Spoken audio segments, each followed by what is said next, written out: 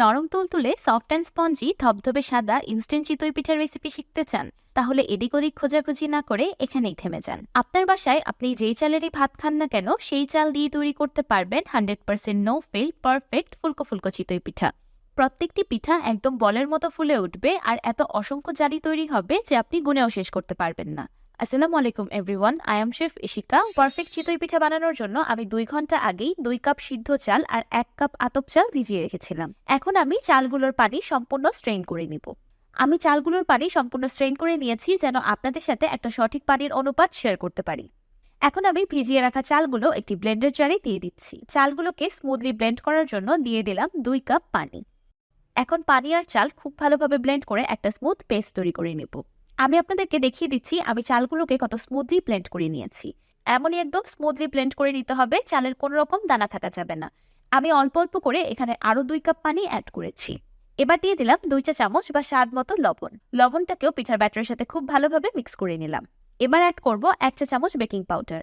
আমি পিঠার ব্যাটারে baking powder add করছি, বেকিং সোডা না। দুইটার কাজ সম্পূর্ণ আলাদা। চিতই পিঠা তৈরি করতে বেকিং পাউডার অ্যাড করতে হবে। আরেকটি বিষয় হলো, আজকে আমি আপনাদের সাথে ইনস্ট্যান্ট চিতই পিঠার রেসিপি শেয়ার করছি। বেকিং পাউডার ছাড়াও চিতই পিঠা তৈরি করা যায়, কিন্তু সেই প্রসেসটা অনেক সময় সাপেক্ষ আর কষ্টের ব্যাপার। অনেক সময় ধরে হাত দিয়ে পিঠার ব্যাটারটাকে ফেটিয়ে নিলে তখন আর বেকিং পাউডার অ্যাড করতে হয় না। অ্যাট লাস্ট চিতই পিঠার ব্যাটারের কনসিস্টেন্সিটা ঠিক এমন হবে, না খুব বেশি ঘন না খুব বেশি পাতলা।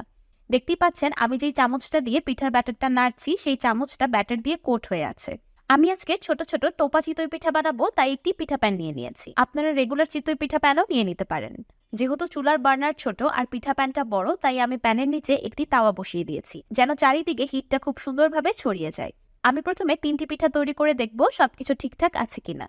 এই সময় চুলার ফ্লেমটা মিডিয়ামে আছে। মাশাআল্লাহ, দেখতেই পারছেন কত সুন্দর ফুলকো ফুলকো চিতই পিঠা তৈরি হয়েছে। তার মানে আমার পিঠা ব্যাটারটা একদমই পারফেক্ট। এবার আমি সবগুলো পিঠা একসাথে তৈরি করে নিব। এখন আমি ঘড়ি ধরে পিঠাগুলোকে রান্না করব 4 থেকে 5 মিনিটের মতো। এই সময় পিঠাগুলো খুব সুন্দরভাবে কুক হয়ে যাবে। যেহেতু আমি প্যানের নিচে তাওয়া দিয়ে পিঠাগুলো কুক করছি, তাই আমার সময়টা একটু বেশি লেগেছে। এমনিতে চিতই পিঠা 3 থেকে 4 মিনিটের মধ্যেই কুক হয়ে যায়। নিচ থেকেও একদমই পড়ে যায়নি, একদম ধবধবে সাদা ফুলকো ফুলকো চিতই পিঠা তৈরি হয়েছে আলহামদুলিল্লাহ। এবার আমি আপনাদেরকে দেখিয়ে দিচ্ছি যে